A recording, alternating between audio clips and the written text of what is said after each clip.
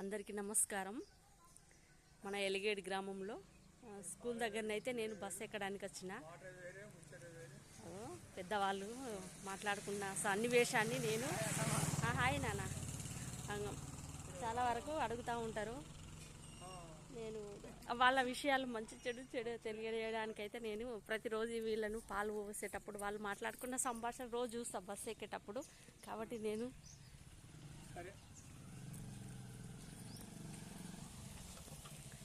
ఎన్ని గంటలకు లేస్తావు బాపు? ఇంత పొద్దున్నే వచ్చినావు పాలు వేయడానికి. ఆరోగ్యం బాగుందా?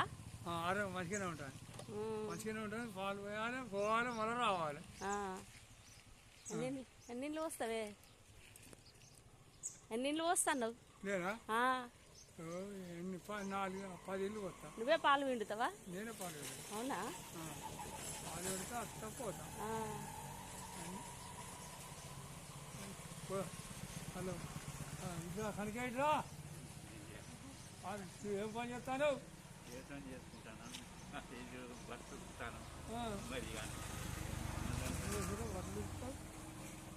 మళ్ళీ పోతాం, మళ్ళీ తింటాం, మళ్ళీ పడతాం అన్నాడు. పాటలకి మా పనికిది అసలు పాటలు పాడతారా ఏమన్నా? వెనకటి పాటలు పాడతాం. రామ రామ అంటాం, అయోధ్య అంటాం. అయోధ్య తెలిసేనా బాపు? అవునా? రామ రామని నేను రాముని దలిసేదా రామా, రామ రామని నేను రాముని దలిసేదా, ఏ విషయం నేను అయోధ్య నాకెలా కథ తల్లులు ఎలా రామా,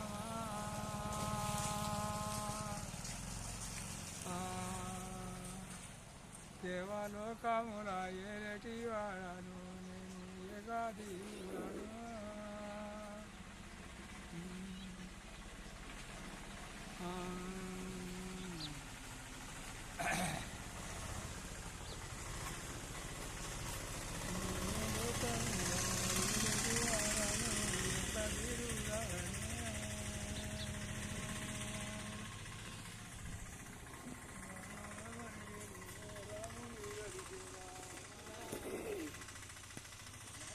బాబాయ్ ఇంకా రావట్లేదు, బస్సు రావట్లేదు. మీ బాపు మాట్లాడిండని అందరైతే చూడండి. అంత పెద్ద మనిషి అయినా రోజు పాలు పోయడానికైతే ఇంటింటికి తిరుగుతూ ఉంటాడు, రోజు మాట్లాడుతూ ఉంటాడు. ఒకరోజు వీడియో చేయాలని ఆలోచన వచ్చింది.